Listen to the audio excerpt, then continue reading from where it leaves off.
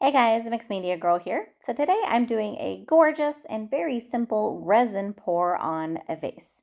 So to start off with and explain my setup, I have a glass vase. I prepped it by cleaning it with isopropyl alcohol, that's all. And I have it sitting on top of a cup, and that is sitting in a silicone mold to catch the runoff, and it will be a 2-for-1 project. I'm using Mixed Media Girl Artist Resin, and the colors that I'm using are Alumilite, Ocean Blue, and White resin dyes, and then Polycolor Gold, Gold Dust, Sky Blue, and Jade Green micas. And I've kind of mixed some of those colors together to make custom colors, but you can use whatever colors you want. I started off by putting a decent amount of blue on here kind of as a base, and then I just had fun making my various layers of colors here. Now this is how I like to do it. You can definitely do less layers if you want. Every single layer makes a difference in this project though, even if it doesn't seem like it.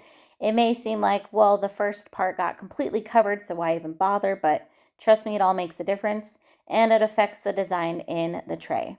Now, once I was done with my design, I lightly torched it. I let it drip down for a while, and then I picked it up by the cup and moved it off to the side. Now, once I removed the vase from the tray, I tilted it until the resin covered the bottom. Now, as a note, this tray is not completely filled with resin. This is just a small layer. I do this in 2 layers, and I'll come back and put a clear coat on the top of this essentially. So right now I'm just tilting until I get a nice design and get that tray bottom covered. Keep in mind, resin continues to move a lot. So I always say, do not get married to this design. You'll kind of be sad because as it dries, it will completely change, but you'll end up with something really beautiful still. And I sprayed it with 91% isopropyl alcohol to get rid of the air bubbles, and then I added in my tray handles. You can also screw these in at the end once it is completely dry. So I let the first layer cure. I then came back and put a top coat on top of that, which was clear with a tiny, tiny bit of the gold dust, making sure that that gets filled into every little part of there, and spray it again with alcohol to get rid of air bubbles.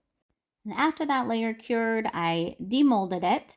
And one of the cool things about making trays like this is it could be actually used upside down as a raised tray, or it can be used the usual way. But depending on which side you like the best, totally up to you. You can see there's one small corner here where the blue didn't quite make it in there, but I still think it's beautiful. And here's the vase completely dry. I love this. You can see I leave the drips on the top. I personally love the way that looks, but if you don't like it, you can feel free to sand those off. But I hope you guys enjoyed this. Thanks for watching.